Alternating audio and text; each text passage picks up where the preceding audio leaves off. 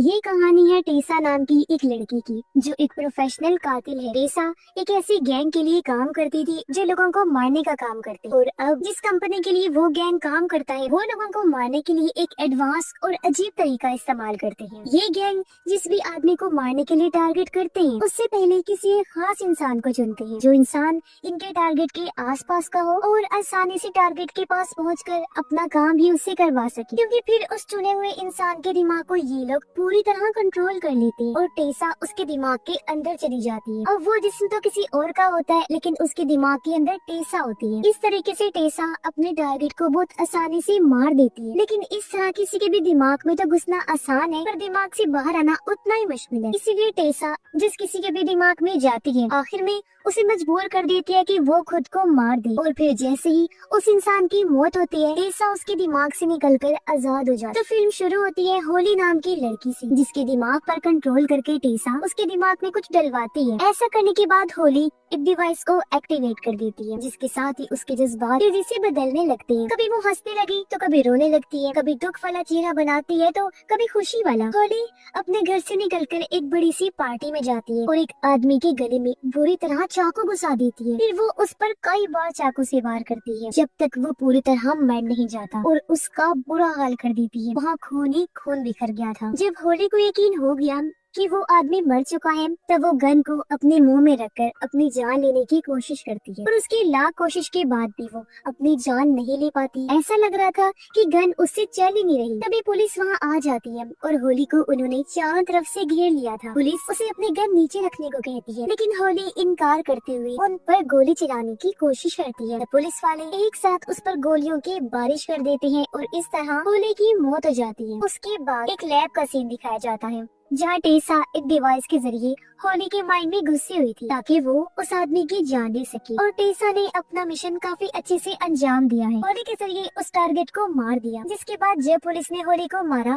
तो टेसा का दिमाग भी आजाद होकर वापस आ जाता है। पर इस प्रोसेस में उसके दिमाग की एनर्जी कम होती जा रही है, क्योंकि ये पूरा का पूरा मिशन दिमाग का खेल है, जिसमें टेसा का दिमाग एक लंबे अरसे तक दूसरे आदमी के जिस्म के साथ जुड़ा होता है, जो चीज उसे तेजी से कमजोर बनाती जा रही थी। इसीलिए तो दिमागी तौर पर वो पूरी तरह बदलती जा रही है। पर इस चीज पर कंपनी बड़े अच्छे से नजर रखती है, इसलिए हम यहाँ टेसा की हैंडलर को देखते हैं, जो उसकी केयर टेकर के तौर पर काम करती है। टेसा की हर एक एक्टिविटी पर नजर रखती है। अब ये केयर टेकर भी पहले कातिल ही हुआ करती थी, कंपनी के लिए काम करती थी, पर अब वो रिटायर्ड हो चुकी है। अब केयर टेकर टेसा के दिमाग का बैलेंस बनाए रखने के लिए उसके दिमाग का इलाज करती है, उसकी जिंदगी से जुड़ी हुई बहुत सारी चीजें उसे दिखाती है, ताकि टेसा की याददाश्त फिर से एक बार तैयार हो जाए। और जब टेसा उन चीजों को देखती है तो एकदम से उसे सब कुछ याद आ जाता है, जिससे ये बात क्लियर होती है कि उसकी याददाश्त अभी भी बिल्कुल ठीक है। टेसा एक बॉक्स उठाती है जिसमें एक तितली को पैक किया हुआ था। यह देखकर टेसा से पूछती है कि क्या वो इस तितली के बारे में कुछ जानती है। टेसा कहती है कि हाँ, जब मैं छोटी थी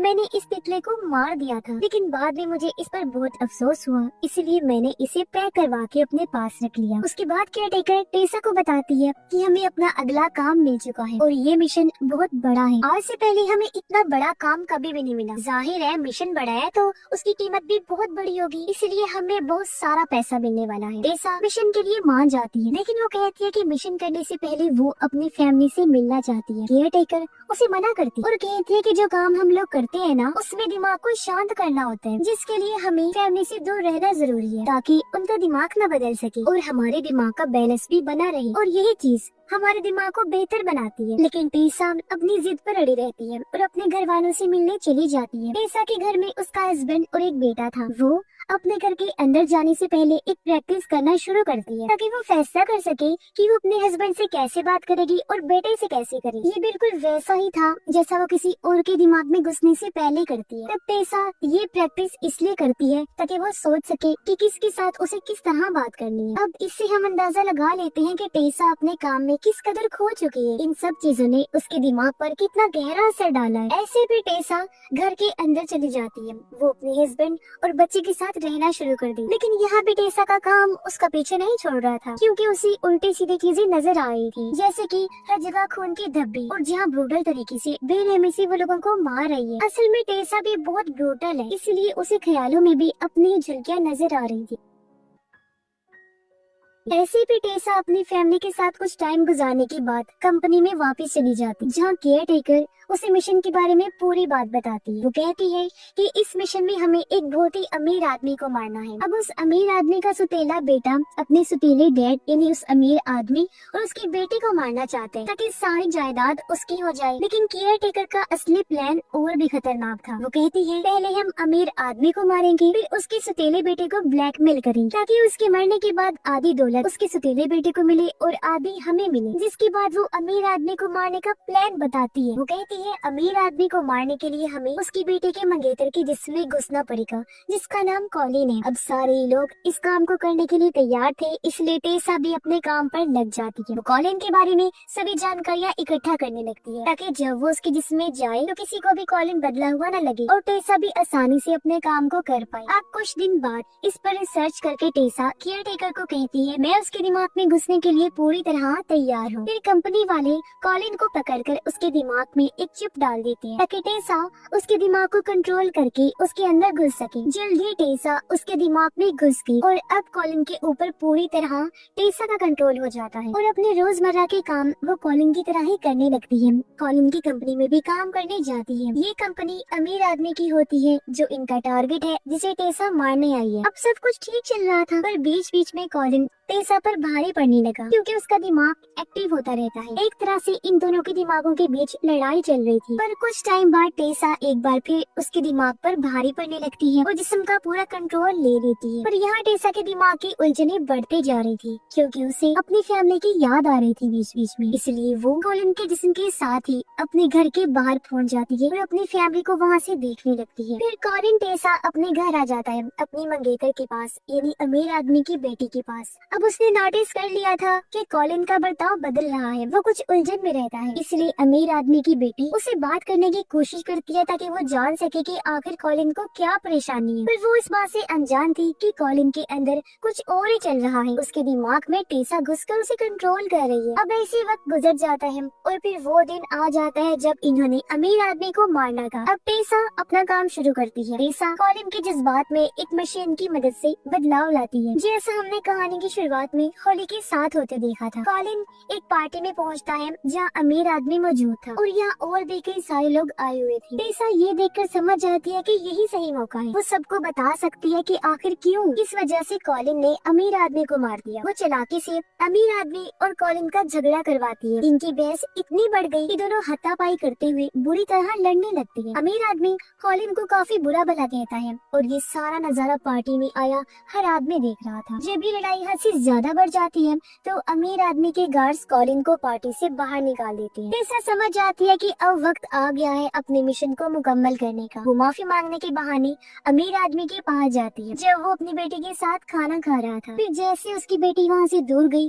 तो टेसा उस पर टूट पड़ती है। वो उस पर बुरी तरह हमला कर देती है। उसका जालिमाना बर्ताव सामने आया। वो रॉड से उसका चेहरा, जिस्म, हाथ, पैर सब काट कर बुरी तरह उसे मौत देती है। तभी यहाँ पर अमीर आदमी की बेटी भी आ गई यानी कॉलिन की मंगेतर, जिसे भी टेसा मार देती है। और इस तरह उसने अपना मिशन पूरा कर दिया था और अब टाइम आ गया था इस जिस्म यानी कॉलिन को खत्म करने का ताकि वो आजाद हो सके। इसलिए वो कॉलिन को मजबूर करती है कि वो खुद को शूट करके अपनी जान ले ले। पर यहाँ भी वही होता है जो होली की बार हुआ था, यानी उसकी तरह वो कॉलिन को भी नहीं मार पा रही थी, उसे गोली नहीं चलती। इस मसले में टेसा फंसती जाती है। वो इतना डिस्टर्ब हो गई कि उसकी तबीयत खराब हो जाती है और उसे खून की उल्टी आ जाती है, जो देखकर केयर टेकर भी समझ जाती है कि कॉलिन का दिमाग टेसा पर हावी हो रहा है और टेसा का कंट्रोल खत्म हो रहा है। फिर हम टेसा और कॉलिन को एक अजीब सी जगह पर बातें करते हुए देखते हैं जो दरअसल कॉलिन का दिमाग था। और फिर इनकी ये गेम ऐसी चलती रहती है। कभी टेसा कॉलिन पर भारी पड़ रही थी तो कभी कॉलिन टेसा पर। अब कॉलिन अपनी मंगेतर की एक दोस्त के घर गया।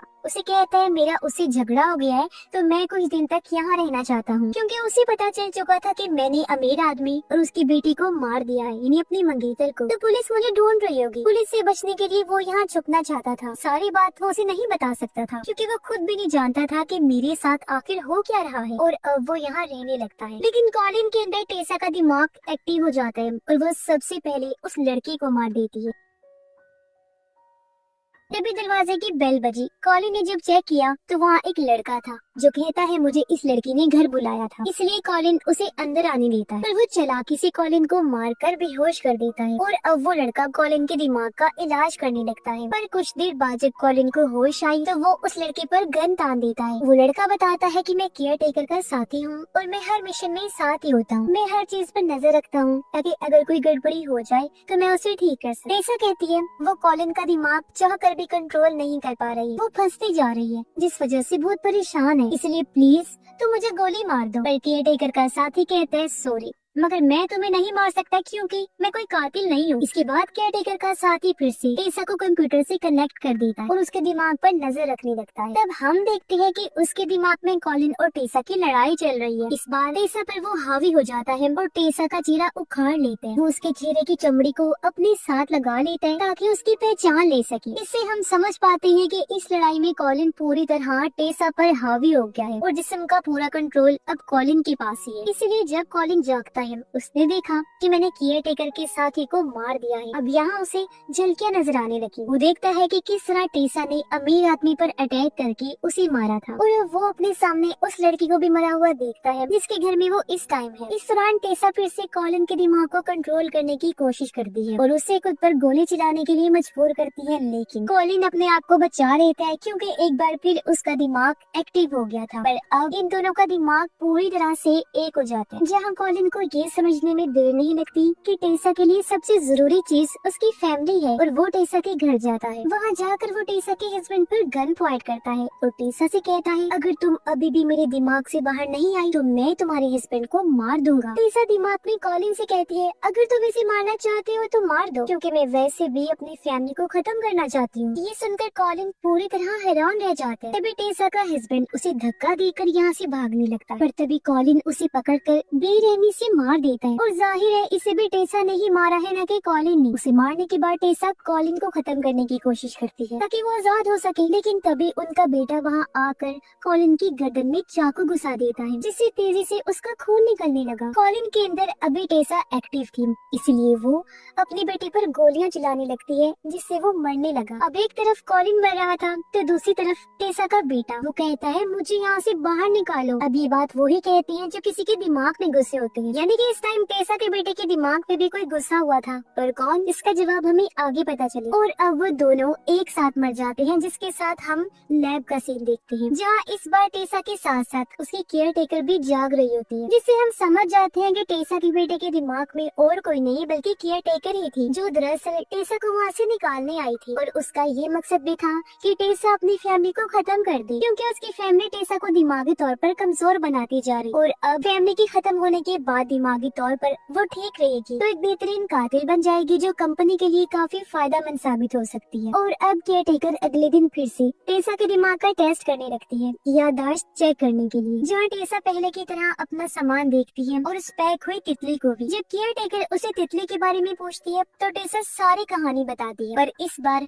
वो ये नहीं कहती कि मुझे तितली को मारने का अफसोस हुआ था, जिससे ये बात साबित होती है वो अब पूरी तरह परफेक्ट कातिल बन चुकी है और पहले से ज्यादा ब्रूटल भी, जालिम। और अब उसके लिए अफसोस, दुख, तकलीफ, रिश्ते नाते कोई मायने नहीं रखते, जिसके साथ ये फिल्म इधर ही खत्म हो जाती है।